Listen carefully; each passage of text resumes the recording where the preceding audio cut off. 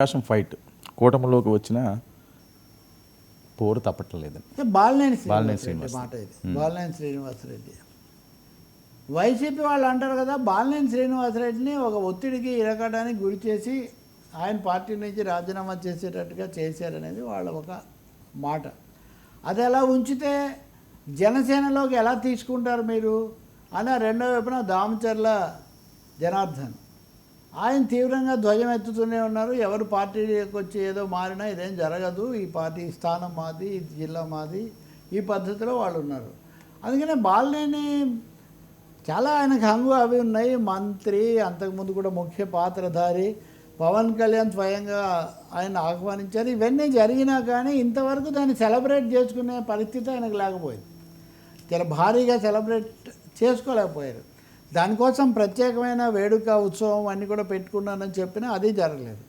ఆఖరికి ఇప్పుడు ఎలా ఉందంటే హరిహర వీరమల్లు సినిమాను అవకాశంగా తీసుకొని దాని మీద పోస్టర్స్ వేసి ఆ విధంగా పోదాము, వీరమల్లు రూట్ ఆయన ఎంచుకుంటే దానికి కూడా తెలుగుదేశం వాళ్ళు లేకపోతే జన సైనికులు ఒరిజినల్ గూండాలాగా ఒరిజినల్ సైనికులు అడ్డం తగులుతున్న ఒక పరిస్థితి. సో ఇంకా బాలినేని శ్రీనివాసరెడ్డి దీన్ని ఏమాత్రం అంటే ఏంటి జన సైనికులు పోస్టర్లు అవి తీస్తున్నారా? తీసేశారు వాళ్ళు. ఆయన వేసిన పోస్టర్లు తీసేశారు. నిన్న కూడా జనార్దన్ అనే నేను మీద తీవ్రంగా వ్యతిరేకంగా మాట్లాడారు. ఈయననేమో మీడియాకు ఎక్కువ అందుబాటులో ఉంటారు. మీడియా వాళ్ళు పదే వెళ్ళి కలుస్తూ ఉంటారు. వెళ్ళి కలిసినప్పుడు ఆయన నేను ఒంగోలు అసెంబ్లీకి పోటీ చేస్తా, ఇండిపెండెంట్గా అయినా పోటీ చేస్తాను ఒక కామెంట్ చేశాడు. ఇది చాలా ముఖ్యమైనది. ఇండిపెండెంట్గా పోటీ చేయడం ఏంటి అంటే ఒక పార్టీ నుంచి ఇంకో పార్టీలోకి పోయి ఇన్ని సవాళ్ళు ఎదుర్కొంటూ నేను ఇండిపెండెంట్గా అయినా పోటీ చేస్తాను అని మీరు చెప్తున్నారంటే జనసేన మిమ్మల్ని ఇముడ్చుకోలేకపోతుంది.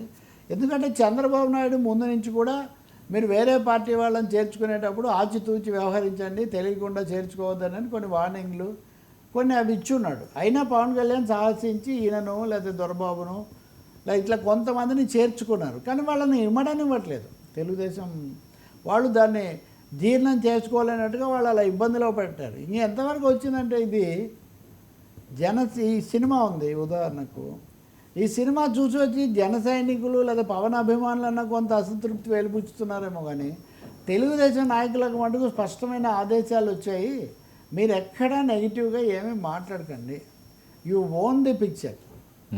అంటే తెలుగుదేశం జనసేన మధ్య కింద స్థాయిలో ఒక విధమైన ఈ వివాదము ఉద్రిక్తత పెరగడం ఒకటైతే, తమకు నచ్చని నాయకులు వైసీపీలో ఉండగా తమను ముప్పు తిప్పలు పెట్టిన వాళ్ళని ఏమాత్రం మనము ఉపేక్షించకూడదు అని వాళ్ళు ఖచ్చితంగా నిర్ణయించుకున్నట్టు కనిపిస్తుంది. దీనికి బాలినేని శ్రీనివాసరెడ్డిది కేస్ స్టడీ లాగా తయారైంది.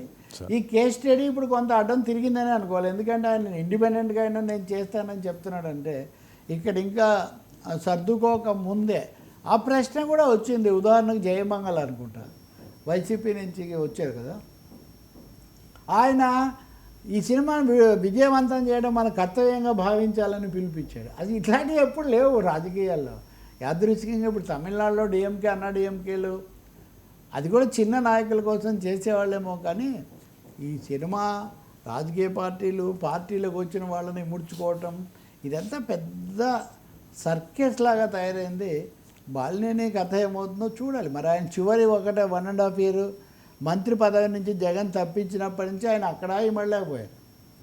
ఉన్నట్టే ఉంది కానీ లేరు. కానీ చివరి వరకు ఉన్నారు. మళ్ళీ ఇప్పుడు ఏం జరుగుతుంది, వీళ్ళలో కొంతమంది మళ్ళీ సిగ్నల్స్ పంపిస్తున్నారు మళ్ళీ వైసీపీకి ఏమైనా ఛాన్స్ ఉంటుంది అన్నట్టుగా. విజయసాయి రెడ్డి లాంటి వాళ్ళు ఉదాహరణకు ఇప్పుడు వెళ్ళి ఏదో చేసి వచ్చారు కదా.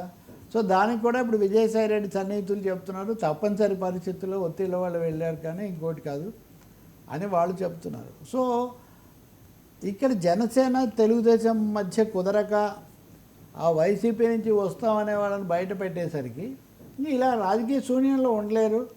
ఏదో జగన్ కొంచెం రికవర్ అవుతున్నాడు కదా, కాబట్టి మళ్ళీ మనం బ్యాక్ టు అన్నట్టుగా వెళ్దామంటే ఆయన అంత తేలిగ్గా లేడు. ఆయన ఎవరికి ఇప్పుడే మీరు వస్తే రాండి, నేనేం మీకు టికెట్ నేనేం చెప్పలేను అన్న పద్ధతిలో ఇప్పుడు ఆయన టికెట్లు ఇచ్చి ఆల్రెడీ ఇచ్చే స్థితి అక్కడ ఆలోచన ధోరణి అది. సో విచిత్రంగానే ఉన్నాయి ఈ రాజకీయాలు.